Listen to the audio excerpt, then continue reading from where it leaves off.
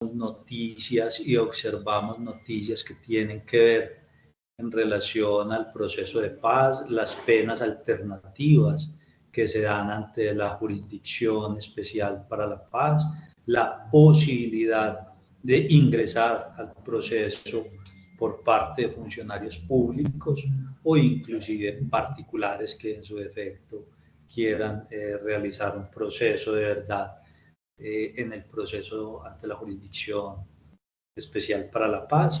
Mil gracias, mi doctor William, por su compañía, por compartir estos minutos, esta hora, en este horario tan complejo. Yo sé que está en la oficina, sé que el compromiso con la academia continúa y se lleva en la sangre, por eso le agradezco mucho y además especial a la doctora Diana Jaramillo, que fue la que nos ayudó a hacer el contacto para que hoy nos pudiese compartir todo ese conocimiento y todo ese proceso que se lleva ante esta jurisdicción especial. Y muy bienvenido a todos y cada uno de los compañeros, tanto estudiantes como egresados. Ya había saludado a Nilson, por ahí veo a los Marina, a Sandra, a todos y cada uno de ustedes. Muchísimas gracias por conectarse a estos espacios de conocimiento extensivo que da la universidad para continuar con ese proceso de capacitación y estudio que da la universidad, no solamente a sus estudiantes, sino a sus egresados, que vamos a continuar realizando este proceso de, de capacitación continua. Voy a iniciar la grabación, mi doctor. Pues mi saludo no es necesario que quede ahí, sino que hoy usted es el protagonista de todo el proceso, mi doctor William. Muy buenos días, doctor William. Le agradecemos enormemente su presencia en el día de hoy, los conocimientos que nos van a brindar. Esperamos que sea muy aprovechado por todos nuestros estudiantes que están actualmente en el consultorio jurídico, así como nuestros egresados, que también veo que hay algunos que se han conectado. Doctor William, muchas gracias. Ya inicié la grabación. Este escenario es suyo. Bueno, buenas tardes para todos y todas. Doctora Joana Marcela, muchas gracias por la invitación. Doctor Juan Carlos, para mí es un verdadero privilegio poder estar y compartir con ustedes. Voy a apagar la cámara para efectos de que tengamos un mejor trámite y ir compartiendo con ustedes.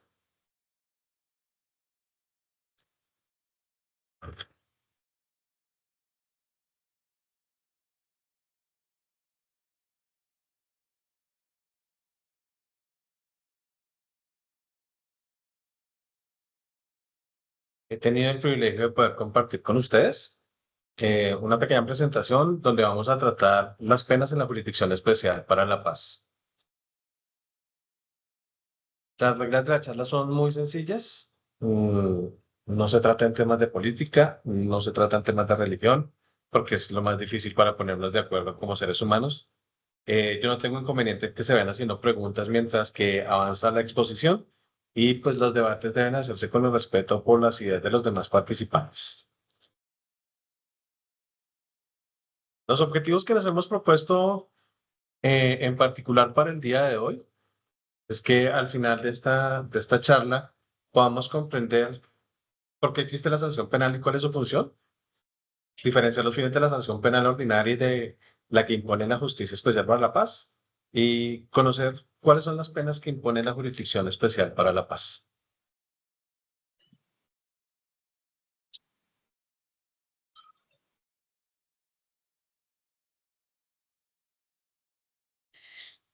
Digamos que para una mejor comprensión de lo que genera el fenómeno de la delincuencia, vamos a retroceder un poquito hacia lo que son originalmente la concepción de las sociedades.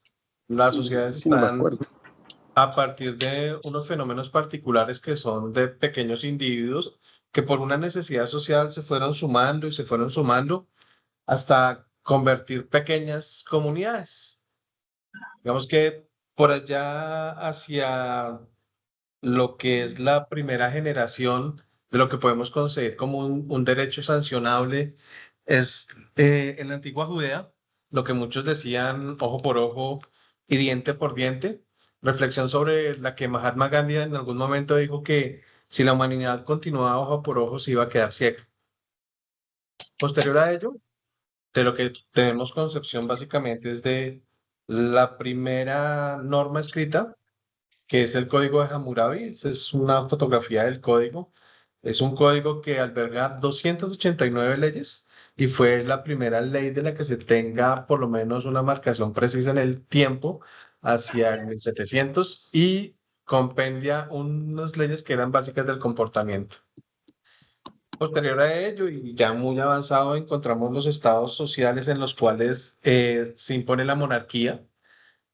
El principal representante de estas monarquías era Luis XVI, conocido como el Rey del Sol, que acuñó la famosa frase del Estado soy yo, y todos esos abusos y todas esas controversias que suscitó la concentración del poder en una sola persona, conllevó a la Revolución Francesa y posteriormente a lo que conocemos como el contrato social desarrollado por JJ Rousseau, que básicamente podemos describir como nosotros, el soberano, que somos cada uno de nosotros o que nos conocemos como el pueblo, entregamos un poquito de nuestra libertad a a un ente jurídico al que le definimos Estado y le permitimos a ese Estado regularnos y sancionarnos. Vamos a ubicarnos específicamente en la capacidad de las sanciones que tiene el Estado hacia nosotros.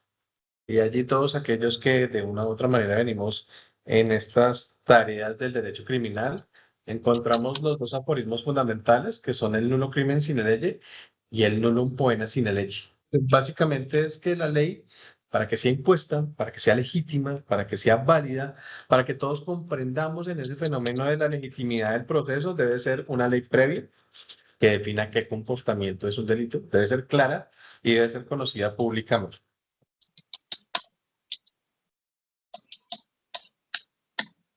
Dentro de ese fenómeno de las teorías de la pena, vamos a encontrar inicialmente la teoría absoluta, que fue desarrollada por Kant y por Hegel, a partir de la cual la pena solamente tiene una función, y es imponer una sanción a quien comete una conducta criminal.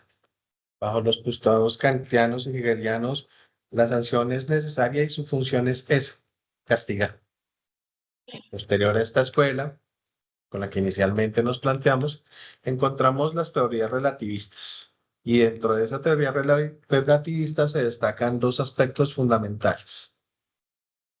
Lo que conocemos como la prevención general, que es esa teoría a través de la cual una sociedad que impone sanciones está generando a su conglomerado social un mensaje.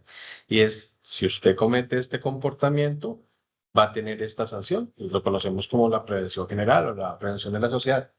Pero además de eso, tenemos una prevención especial que está orientada específicamente hacia quien comete el comportamiento, hacia el desviado, hacia el delincuente en sí.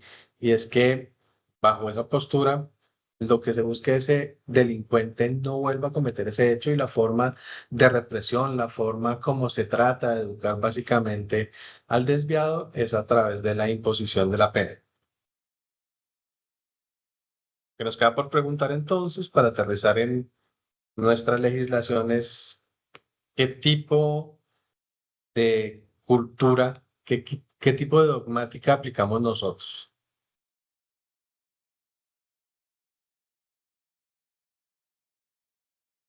Digamos que el artículo cuarto del Código Penal, Ley 599 del 2000, dice que las funciones de la pena son una prevención general, como ya notamos, hacia la sociedad, una retribución justa y es pues que es apenas normal que el asociado que comete un comportamiento injusto, un comportamiento desviado desde la perspectiva del opinante reciba una pena, una prevención especial que permite que esa retribución justa también tenga una incidencia directa en la psiquis del asociado y que esencialmente diga yo no debo volver a cometer este tipo de delitos, y una particularidad que es la reinserción social, entendido desde las posturas de la humanidad como que el desviado social es una persona que ha cometido un delito a partir de unas condiciones sociales y particulares que le hicieron salirse del marco comportamental social y que lo llevan entonces a una necesidad, a través de la pena, de ser reinsertado socialmente en la comunidad. Por su parte, la ley estatutaria de la Jurisdicción Especial para la Paz, en el artículo 127, nos dice que la función de la pena es satisfacer los derechos de las víctimas, consolidar la paz y tiene una función restaurativa y reparadora sobre el daño causado. Y entonces acá empezamos a ver la profunda diferencia que puede haber entre lo que constituye las funciones de la pena desde la justicia ordinaria y desde la jurisdicción transicional o jurisdicción especial para la paz. Y específicamente es que una y otra se sopesan bajo aspectos totalmente diferentes. El recuento por toda la legislación penal y la jurisprudencia de la jurisdicción ordinaria y específicamente de la mayoría de autores refieren que la razón de ser, el centro del ser del proceso penal en su dimensión es el condenado. Y entonces a partir de eso lo que se pretende es que todo ese proceso ajustado por normas y procedimientos le permitan al condenado cumplir con esas fases mixtas que aprobamos nosotros a través de nuestra legislación para tener una reinserción social. Mientras que en la jurisdicción transicional, el centro de la jurisdicción es la víctima. La pregunta y la reflexión apenas natural es ¿por qué la víctima? En una construcción social, a partir de los postulados básicos de la comunidad, realmente quien está afectado es quien es sujeto pasivo del delito. A ellos, en una doctrina particular y específicamente en una política criminal mucho más seria, es hacia donde debería estar apuntada el proceso penal y las consecuencias de restauración sobre la víctima. Sin embargo, pues para ustedes desconocidos que la participación de la víctima, aunque está regulada en el artículo 11 de la Ley 906 del 2004 y tiene desarrollos jurisprudenciales muy interesantes, es muy limitada. Esa limitación ha tratado de marcar alguna pauta particular a través del acusador especial para algún tipo de delitos que más que un trato especial para la víctima es como quitarle un peso al Estado y decirle, venga, para este tipo de delitos, para esta característica de delitos, permítanme a mí ejercer una función a partir del permiso en la cual yo soy quien asume prácticamente el rol del fiscal. Mientras que en la jurisdicción, entendiendo la naturaleza de la jurisdicción, y para eso tendríamos que dedicar otro día a una charla completa, es que el centro de todo esto es la víctima.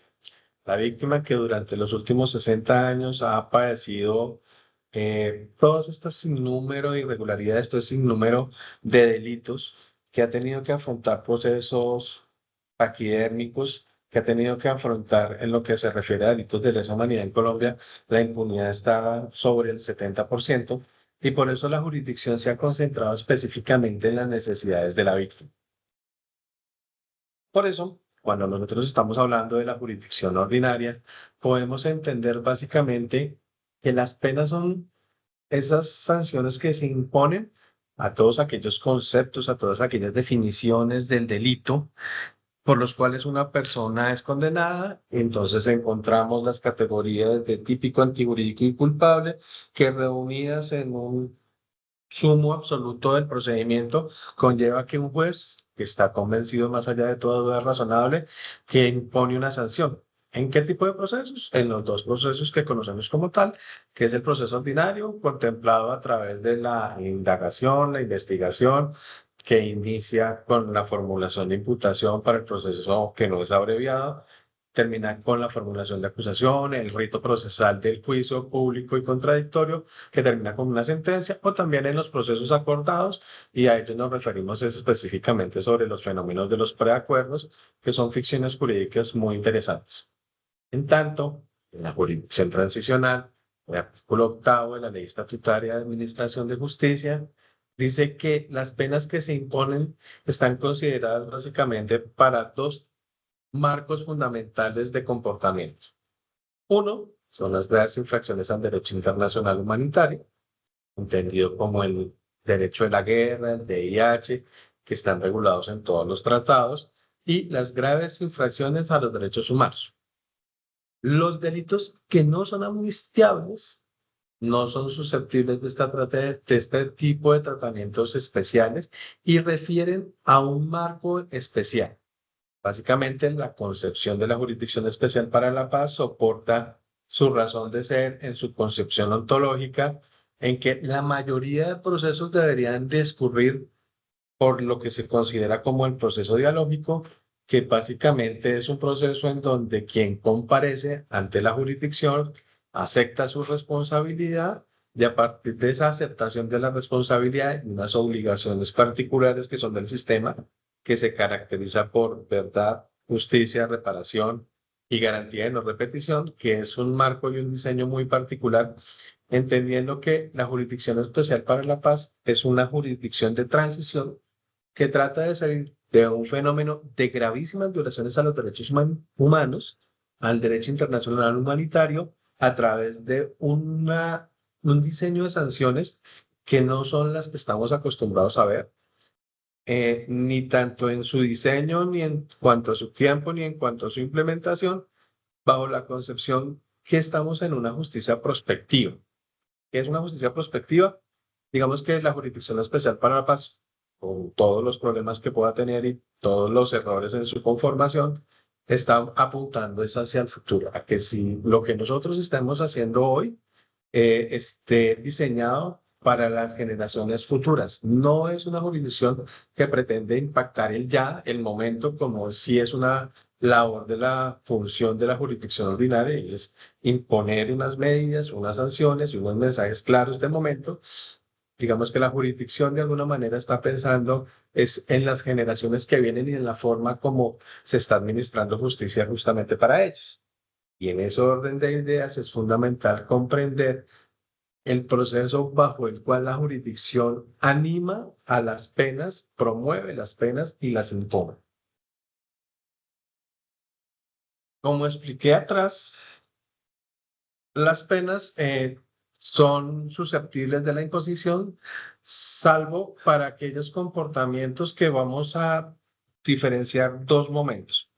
Un momento particular es que el gran diseño de la jurisdicción está amparado en lo que es la amnistía y el indulto, y sobre esos fenómenos particulares, básicamente puedo explicar que no está diseñada para el caso a caso.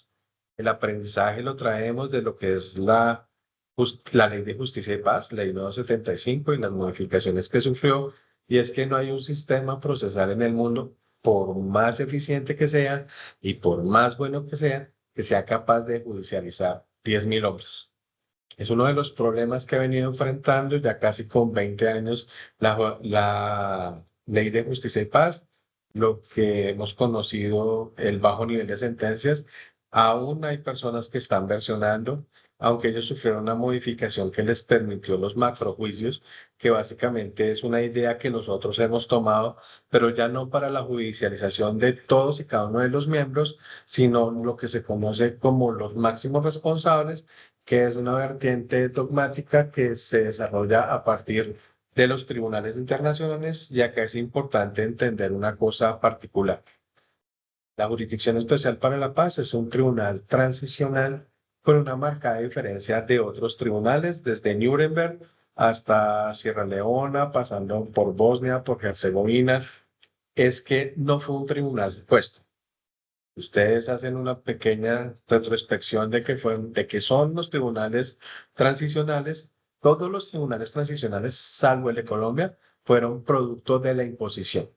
Y en estas particularidades siempre se mostraba que había dos contendientes. Básicamente era como el infractor y las víctimas a partir de una concepción particular, y es que son impuestos, y eso permitió unos desarrollos diferentes a los que nosotros tenemos, dado que la particularidad de la Jurisdicción Especial para la Paz es que ha sido un tribunal consensuado. ¿Consensuado con quién? Pues con todas las partes que de una u otra manera han tenido relación con el conflicto y que fueron producto, pues, primero de las chelas de La Habana, que fueron posteriormente marcadas en el Acuerdo Final para la Paz y sus desarrollos legales, que básicamente es la Ley 1957 del 2019, que es la estatutaria de la Administración de Justicia, y la Ley 1922, que es el Manual de Procedimiento. En ese orden de ideas, sobre aquellos delitos en particular sobre los cuales la sanción es impuesta, tenemos que decir que se postula bajo 3 parámetros fundamentales. El primero de ellos es que quienes son destinatarios de este tipo de procedimiento deben cumplir con una particularidad en lo personal, y es que sean miembros reconocidos de las extintas Fuerzas Armadas Revolucionarias de Colombia. El segundo parámetro fundamental es que si no son miembros de las extintas Fuerzas Armadas Revolucionarias, sean miembros del Ejército Nacional o agentes del Estado. Y una tercera particularidad que marca una causa diferente, una causal diferente sobre aquellos terceros que, sin ser miembros de las Fuerzas Armadas Revolucionarias de Colombia o miembros de la Fuerza Pública del Estado o agentes del Estado, sí tuvieron una relación con el conflicto, pero su comparecencia ante la jurisdicción es voluntaria. Un segundo aspecto es el aspecto temporal, y son aquellos delitos que se hayan cometido con ocasión, con causa, con relación del conflicto hasta el 1 de diciembre del 2016. Es como la competencia temporal. Y el tercero es que ese hecho vinculante, ese comportamiento ilegal, tenga una relación clara y expresa con el conflicto. De ahí entonces que los delitos que carecen de una relación directa con la rebelión o que no pueden ser determinados con ocasión, con causa del conflicto, ni siquiera se les va a aplicar la amnistía, sino simplemente no son susceptibles de ser investigados ante la JEP. Entonces, en ese parámetro normal, y retomando las expresiones de Roxin, que la sanción debe ser como una restauración del irrespeto a la norma por parte del asociado y del conglomerado social, encontramos en primer término las sanciones que son propias del sistema. Esto es una norma de derivación constitucional. Está en el artículo transitorio de la Constitución Política y en la estatutaria en los artículos 126 al 130. Las primeras son las sanciones propias. Las sanciones propias tienen dos implicaciones fundamentales o dos características particulares. La primera de ellas es que quienes son beneficiarios de estas sanciones propias son quienes han comparecido ante la JEP por cualquiera de los mecanismos previstos, entendiendo, como lo expliqué, que son comparecientes obligatorios, siempre y cuando sean miembros de las extintas FARC o miembros del Ejército o cualquiera de las Fuerzas Armadas, o terceros que de una u otra forma han decidido que la jurisdicción es lo que quiere.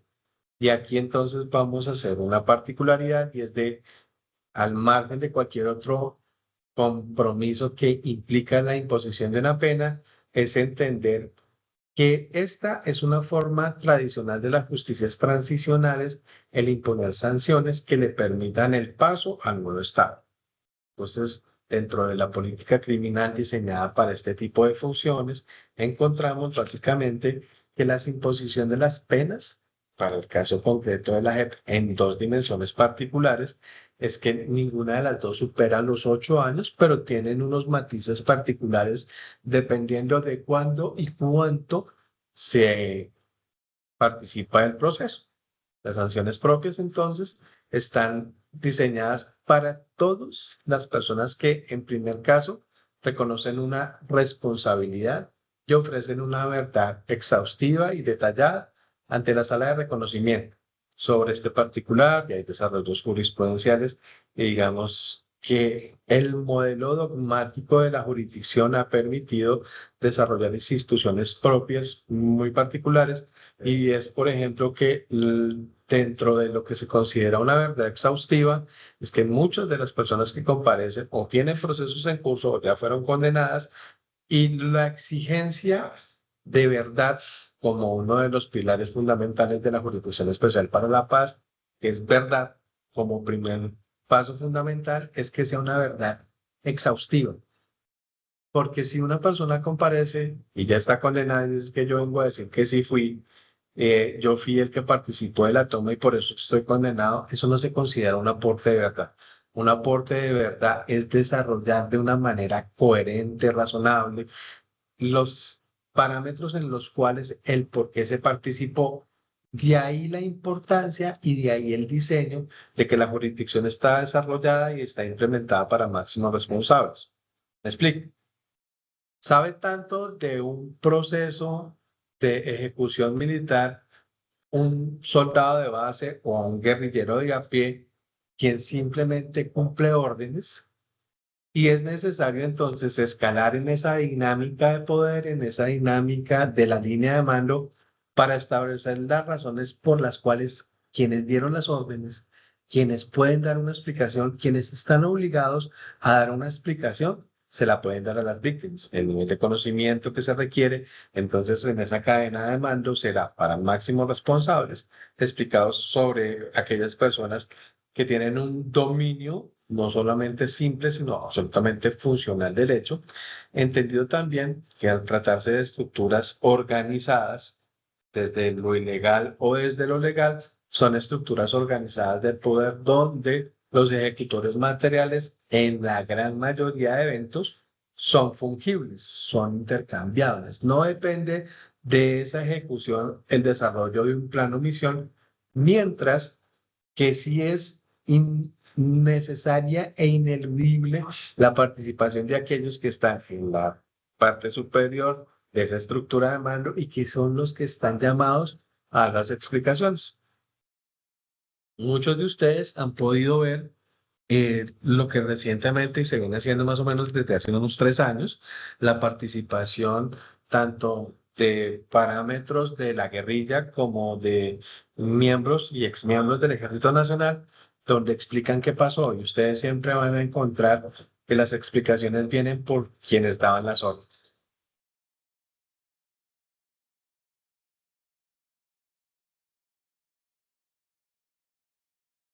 Encontramos un segundo nivel de las sanciones y son las sanciones alternativas. Las sanciones alternativas son aquellas que fueron desarrolladas para quienes inicialmente no se comprometieron con el proceso, pero que en el camino llegaron a la conclusión que lo mejor que podían hacer, tanto para ellos como para la víctima, como para la sociedad, es la aceptación de su responsabilidad en los hechos que de una u otra manera se les están endilgando. Y es por eso entonces que están diseñadas para quienes reconocen verdad y responsabilidad de la misma manera, de manera clara, de manera plena, ante la sección de enjuiciamiento y la posibilidad de recibir esta clase de sanciones es hasta antes de que se dicte sentencia. Y acá encontramos una variación fundamental. Como nos dimos cuenta, la pena sí está grabada de 5 a 8 años, solo que en las sanciones propias no está implícito la privación de la libertad, mientras que en este tipo de procedimientos o en esta aceptación tardía, sí está contemplado el que sea privativa de la libertad. Y entonces estamos hablando de penas privativas de la libertad que van de los 5 a los 8 años. Y sobre este particular, la jurisdicción tiene un artículo en particular, que es el artículo 42 de la ley 1922, que es como la norma procedimental de la jurisdicción, que habla de una figura que se llama la última palabra. Y es que nos volvemos a orientar entonces a los pilares fundamentales de lo que es la construcción de la jurisdicción, que es verdad, justicia, reparación y garantía de no repetición, y sobre ese parámetro de verdad, que es muy importante para las víctimas en estos desarrollos que se han venido sosteniendo, es que si una persona, sin importar en qué etapa del juicio se encuentra, decide de manera voluntaria reconocer su responsabilidad, tiene derecho a ser beneficiario de estas sanciones alternativas. Más allá de la condición que sí está plasmada en el derecho premial ordinario, y es que entre menos hagan trabajar al Estado, las personas reciben más beneficios. a partir de la aceptación plena de las imputaciones o los preacuerdos que van desde el 50 hasta una sexta parte de la pena, dependiendo del estado procesal en el cual es aceptada la responsabilidad. Aquí prima sobre cualquier cosa, la verdad, porque una de las características particular de todos estos sistemas de justicia transicional es encontrar quién fue el responsable. Hay una mano levantada. Doctor, muy buenas tardes. Excúseme que lo interrumpa. Soy Carlos Ruiz y aquí me genera una duda en las sanciones alternativas. Estas sanciones alternativas son entre 5 y 8 años, penas privativas de la libertad. Usted dice que antes de que se dicte sentencia tiene que reconocer la verdad. ¿Es así o estoy equivocado?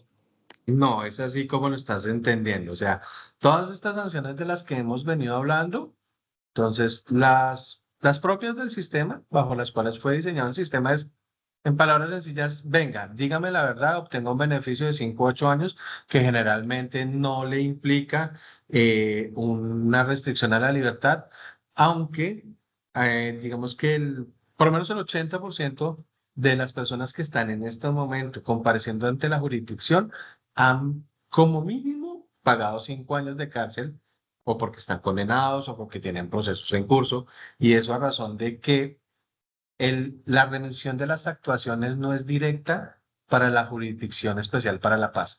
Eso tiene un estudio previo que debe cumplir entonces con esos tres aspectos. Pero como usted lo entiende, doctor, está bien. O sea, hasta antes de que la persona se le dicte sentencia, tiene derecho a recibir una pena que sí puede ser restrictiva de la libertad, que va de los 5 a los 8 años. ¿Fue claro para usted? Sí, doctor, muchas gracias. Esa sentencia se dirige a la persona, no al grupo como tal, sino a la persona. Sí, sí. Digamos que, bueno, tendríamos entonces, hablemos no es materia de nuestro diálogo hoy, pero hablemos un poquitico de la concepción de la que es la jurisdicción. Como de todos es conocimiento, hubo unas discusiones en La Habana en donde unos representantes de quienes estaban relacionados con el conflicto, nosotros tenemos unas particularidades que son únicas en el mundo, y es que hemos sostenido el conflicto más largo de la historia. Ya superamos los 60 años de conflicto, y en esos 60 años de conflicto ha habido la participación absolutamente de todas las fuerzas cruzadas, independientes del Estado, de particulares.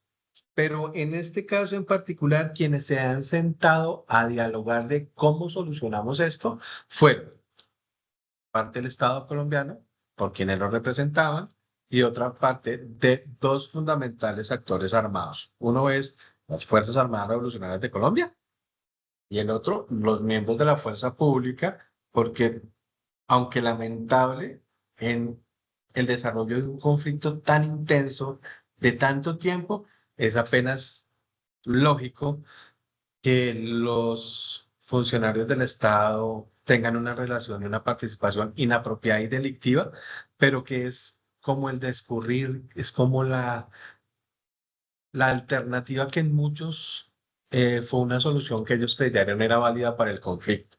Y en ese orden de ideas, aunque se está recibiendo miembros de las Fuerzas Armadas Revolucionarias de Colombia, miembros del Ejército Nacional, miembros de la Policía Nacional, agentes del Estado con las particularidades, y los civiles que, como expliqué, sí son voluntarios, la pena que se impone a la persona.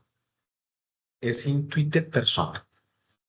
No vas a ver condenas contra el comando de la Cuarta Brigada, ni contra el Estado Mayor de las FARC, ni contra un bloque, no. Estas sanciones están dirigidas a los máximos representantes y a los máximos responsables de un determinado momento, de un grupo determinado, en un momento determinado y con unas condiciones particulares.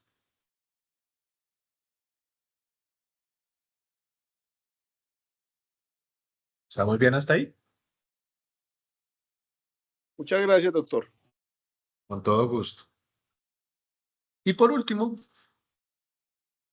entonces estamos hablando de lo que sí es efectivamente una privación de la libertad con unas particularidades que digamos que desde el punto de vista dogmático y de política criminal siguen siendo especiales para la jurisdicción y para la posibilidad de transcurrir de esos estados que conocíamos básicamente como estados irregulares a un estado de regularidad que busca el proceso transicional zanjar, que al final de este proceso todas esas infracciones al derecho internacional humanitario, todos esos delitos que fueran cometidos, primero tengan en las víctimas una explicación válida que las satisfaga. Y ahí entra a jugar un papel fundamental que, como es conocido por ustedes, esto no solamente hace parte del sistema integral de verdad, justicia, reparación y garantías de no repetición,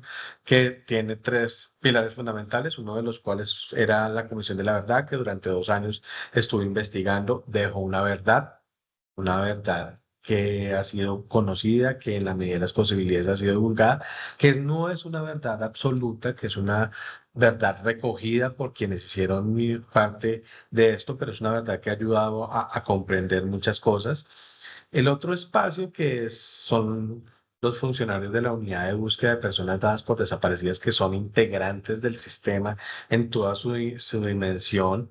Y es que el fenómeno de la desaparición en Colombia, las cifras hablan de 80.000, sin embargo, las cifras de las víctimas de las fundaciones, estamos hablando de 120.000 desaparecidos, y el fenómeno de la desaparición tiene unas particularidades hacia la víctima muy profundas.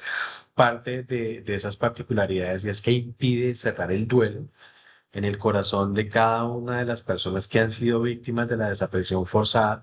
Existe la esperanza, así sea mínima, de que su familiar aparezca.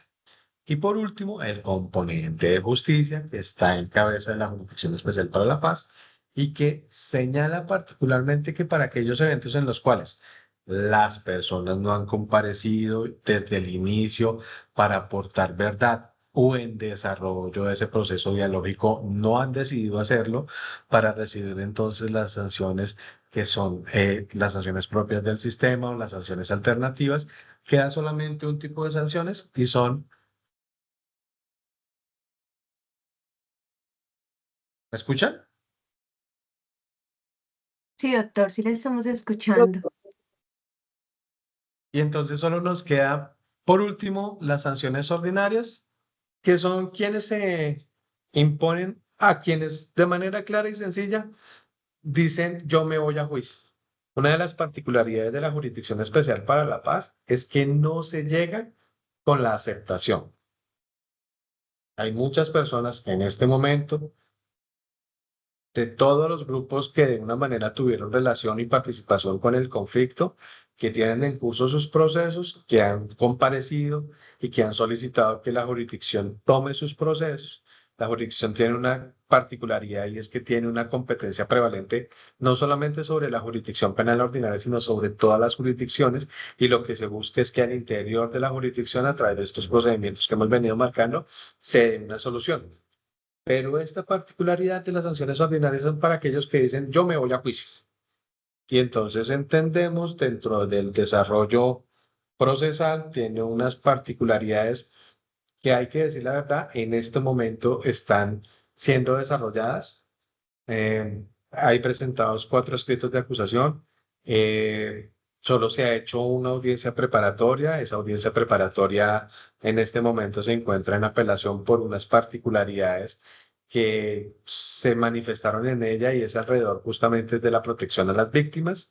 Y es un proceso que quienes tenemos ya algunos años en las leyes de la justicia penal, para que lo puedan comprender, y sé que muchos de los jóvenes no van a asociar esto, es hasta la presentación del escrito de acusación, es una ley 600, y con la presentación del escrito de acusación inicia una ley 906, que es a través de una audiencia preparatoria y un juicio público, contradictorio, con pruebas, aunque ha tenido unos bemoles y unas modificaciones particulares en cuanto a los medios de prueba y los medios de convicción, pero eso será materia otro día de otra charla diferente, es que quienes resulten vencidos en el juicio van a tener una pena, esta sí, efectiva de la libertad, que va entre los 15 y los 20 años.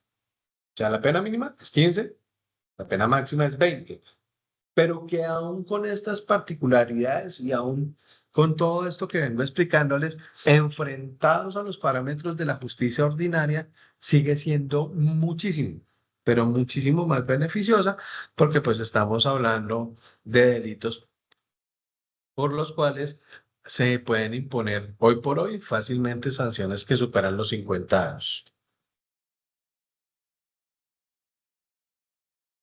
Me dicen que hay otra mano levantada.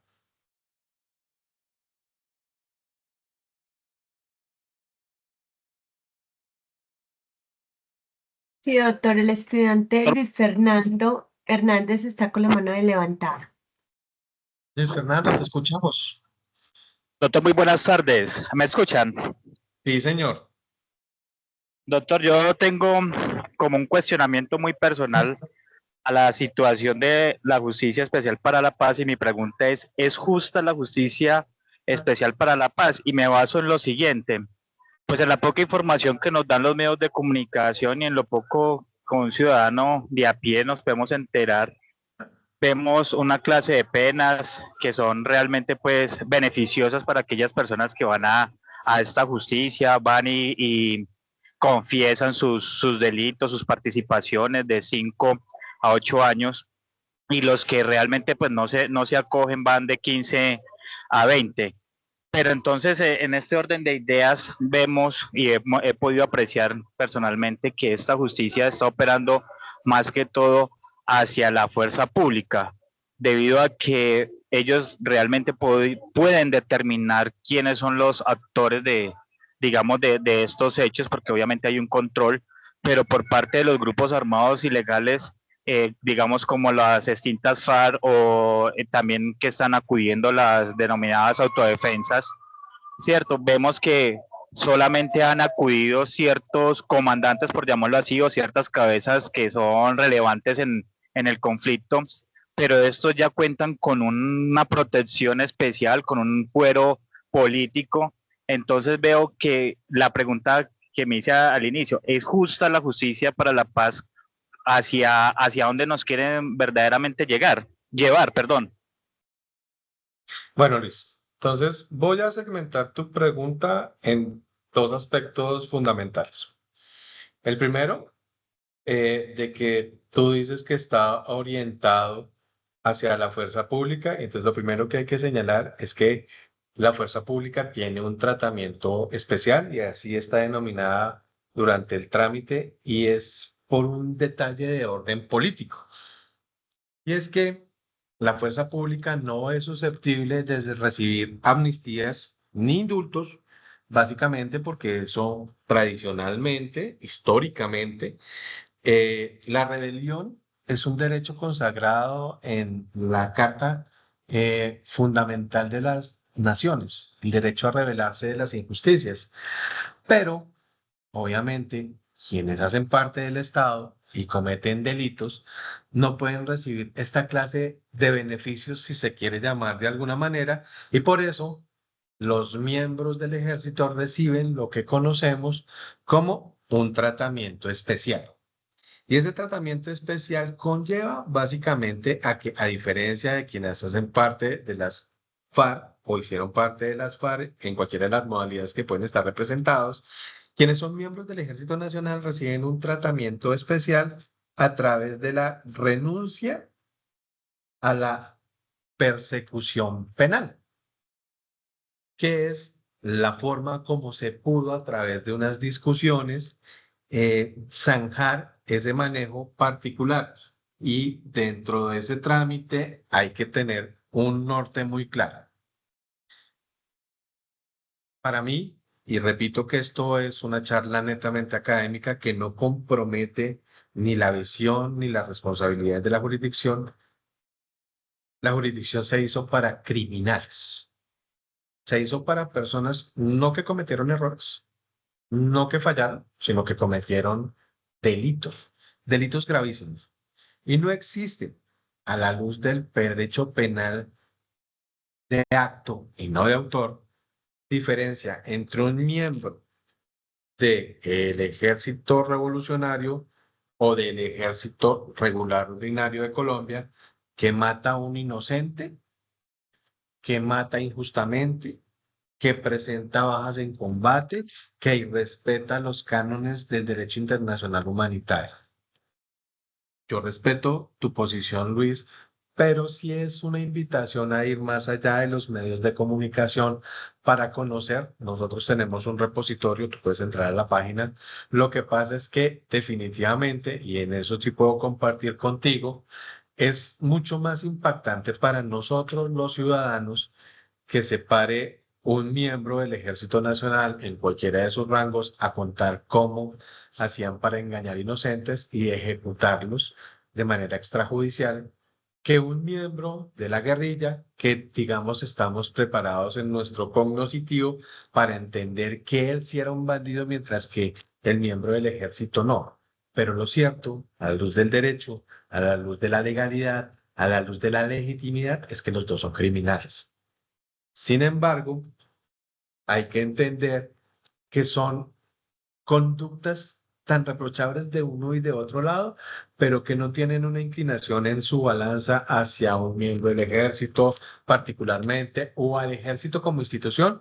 Y una de las particularidades que hemos presentado y que se ha desarrollado a través de la jurisprudencia de la jurisdicción es que nosotros no estamos enjuiciando al Ejército Nacional, para nada. Nosotros estamos enjuiciando a miembros del Ejército Nacional que, aprovechándose de su condición de militares activos, se reunieron, desarrollaron verdaderas organizaciones criminales al interior del ejército y se valieron de eso para cometer sus delitos. Lo segundo, que tú hablas de las Autodefensas Unidas de Colombia, es que la jurisdicción no tiene competencia sobre los miembros de las autodefensas ni ninguno de los miembros que están regulados y que están siendo investigados por la Ley 975, que es lo que conocemos comúnmente como justicia y paz. Debo entender que tu reflexión se hace a partir del caso particular de Mancuso, quien fue recibido por la jurisdicción. No tengo el número de la providencia en este momento, pero con gusto a través de Diana puedo hacerla llegar a su profesor o si me escriben al correo con el mayor de los gustos. Pero la condición de Mancuso tiene una particularidad. Ustedes van a conocer, hoy lo desarrolló así dogmáticamente la sala, y es que Mancuso tiene una condición de bisagra. Pero más allá de eso, digamos que dentro de lo que hemos conocido y quienes estamos en el ámbito jurídico, no ha sido para nosotros un secreto que las autodefensas actuaron con la connivencia del ejército, de los estamentos del Estado, de los particulares, de las entidades, porque pues en su momento se vieron como una solución a lo que ya era un problema muy marcado. Sin embargo, el desarrollo jurisprudencial a que hace referencia a la jurisdicción es que las tropas que fueron comandadas por Mancuso, él funcionaba como bisagra. Y en palabras sencillas, es que se está diciendo que era una extensión del Estado. Y al ser una extensión del Estado, a la cual le llaman a través de esa providencia una función de bisagra, le permite a la jurisdicción asumir competencia sobre algunos comportamientos en particular. Como muchos miembros del ejército también, que no tuvieron cabida o no fueron recibidos en la ley 975, están llegando a la jurisdicción para reconocer su responsabilidad, como ustedes lo han visto. ¿Quedan absueltas tus dudas? Sí, doctor, muchísimas gracias.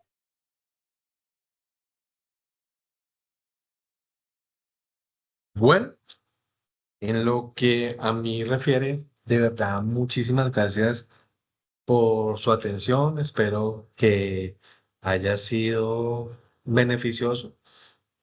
Para mí es un privilegio poder compartir tanto con ustedes como con toda la comunidad del derecho estos aspectos pequeños. Es un breve tiempo, sería hacia el futuro poder profundizar, pero ya dependerá de cómo se vengan presentando las cosas. Le agradezco mucho al doctor Juan Carlos por la invitación, a la doctora y a ustedes por su participación. Esta es la bibliografía de lo que hemos venido hablando y si tienen preguntas, estoy a su disposición. Muchas gracias. Muchísimas gracias, doctor, por tan importante conocimiento, por la claridad en su exposición. Vamos a abrir un espacio de 5 minutos de preguntas. Si alguien tiene alguna pregunta, por favor, levantar la mano.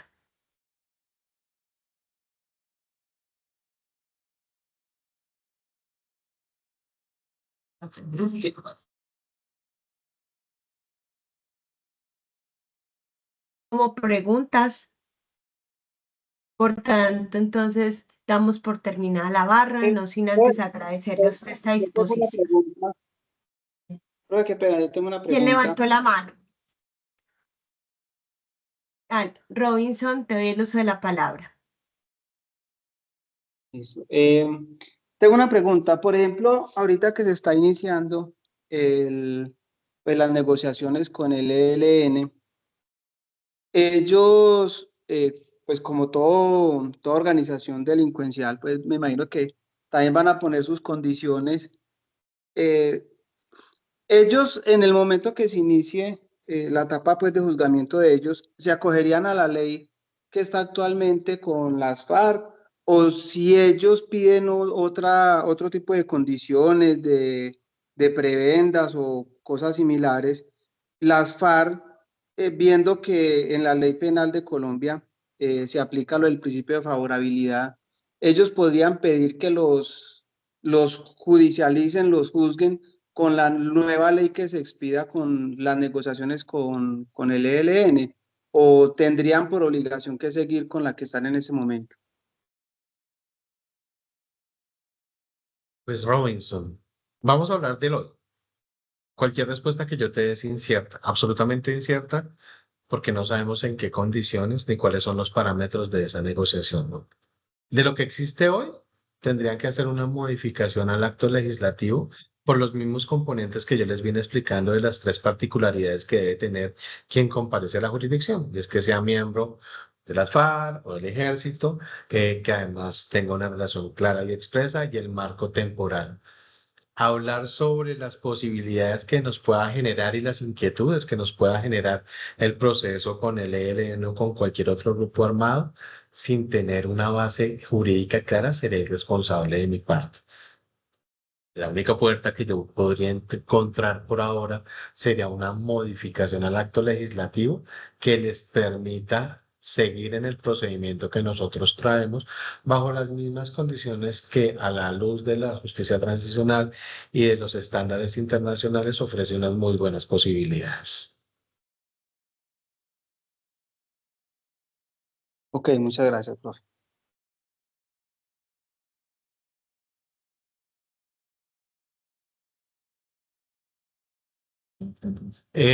Elio, ¿Una te pregunta? veo con la mano levantada. Perdón, doctora, ahora sí puedo ver, le robo, le robo su moderación. Muchísimas gracias por allá porque no veía nada.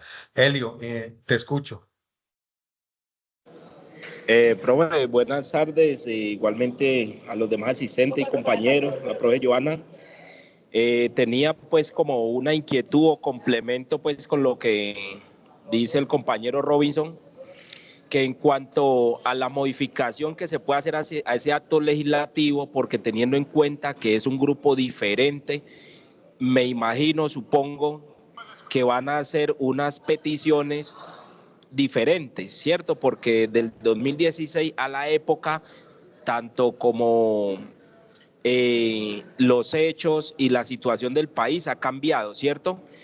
Pero mirando desde ese punto, tengo pues una apreciación de manera personal, y es que en algún momento se pudo haber planteado de que si ellos realmente se quieren someter bajo esas prebendas, son muchas las exigencias que van a poner con el compromiso de que realmente el gobierno quiera adelantar esos procesos de paz para precisamente llevar ese principio de una paz duradera o una paz total. Hay que sacrificar muchas cosas, pero realmente si vale la pena sacrificar tanto por el país y realmente que ese proceso de paz con esos otros grupos, aparte de la FARC, puedan ser de manera positiva. No sé de pronto qué posición tiene o me gustaría de pronto saber. Muchas gracias. Elio, una de las reglas que yo planteé al comienzo de esto es que no doy discusiones políticas. Y tu postura es netamente política, la entiendo, la respeto profundamente, pero yo creo que más allá de una postura política, es una reflexión sobre qué necesitamos. Y eso sí ya será de quien esté en el gobierno, de la postura que tenga. Son procesos complejos, muy complejos, porque tienen muchas aristas, ¿sí? Si ustedes han pasado por el Acuerdo Final para la Paz, tocan con profundidad más o menos alrededor de 83 temas. Entonces, digamos que la paz no solamente pasa por un proceso judicial, hace parte, pero tiene un componente y un mundo de componentes mucho más grandes. Entonces, pues tendremos que esperar qué deciden quienes están en la función primero de celebrar los acuerdos, cómo se llevan esos acuerdos a materializar a través de una ley. Yo soy un operador judicial y respeto de conformidad con el artículo 230 de la Constitución. Las normas no las discuto porque no hago parte de su conformación y las aplico tal cual me lo ordena la Constitución. Lo demás es una discusión política que, como te digo, pues, por favor, discúlpeme, pero no doy discusiones políticas. Santiago, tienes la mano levantada.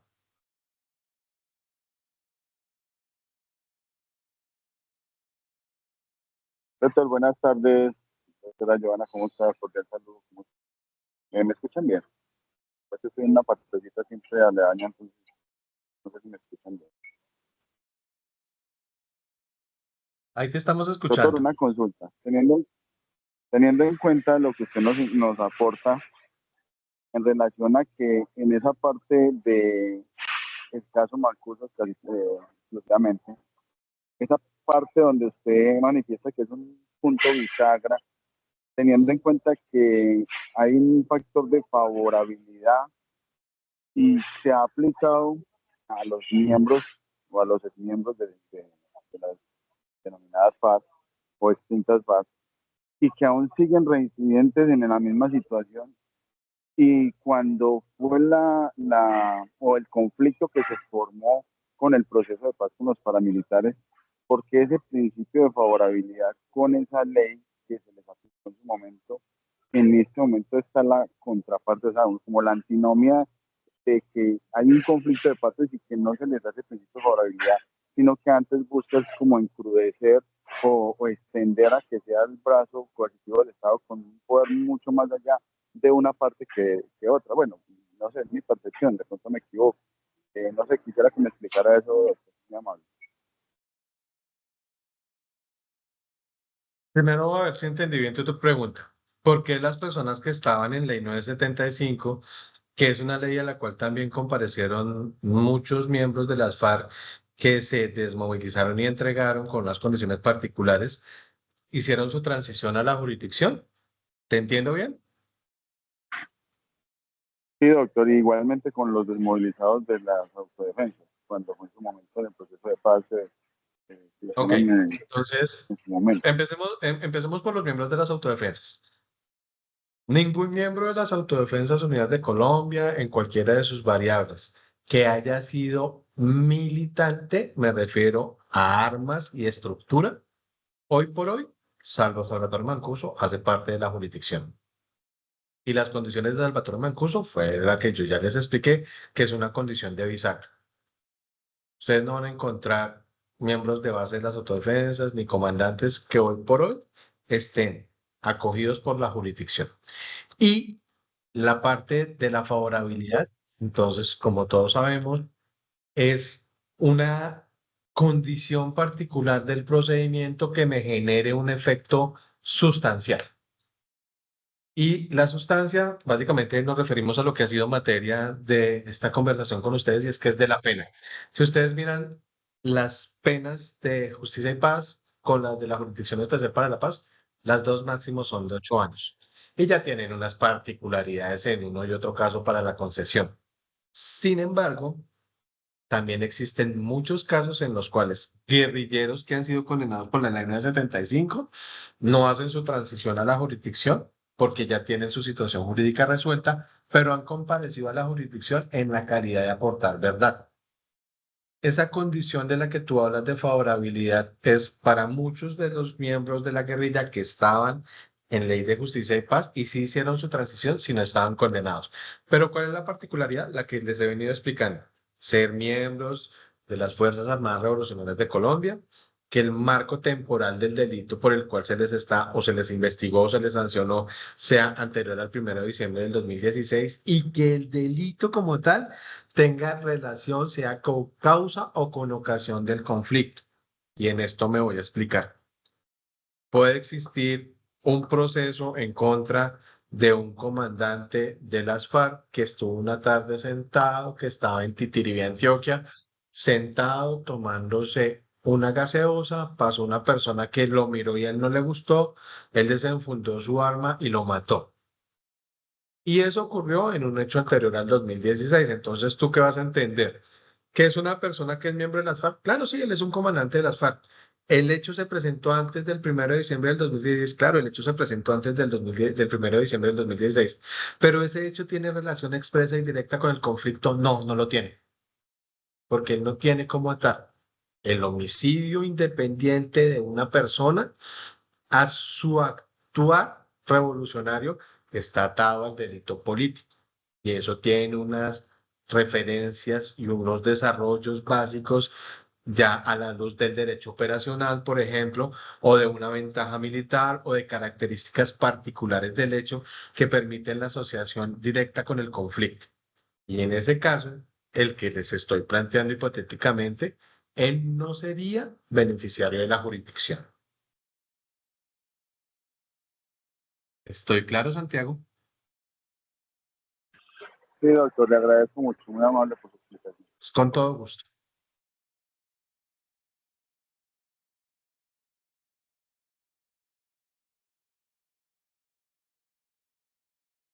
Doctor, ya no veo como más manitos, muchos agradecimientos por parte de todos los estudiantes, muchas felicitaciones por esa valiosa ilustración sobre el tema y su conocimiento y sobre todo la amabilidad que tuvo de transmitírselo a nuestros estudiantes.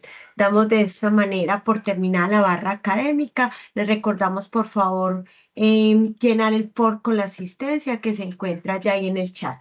Les deseamos un resto feliz día, una feliz tarde. Doctor William, muchísimas gracias. Doctora, a usted, muchísimas gracias por la invitación, al doctor Juan Carlos, espero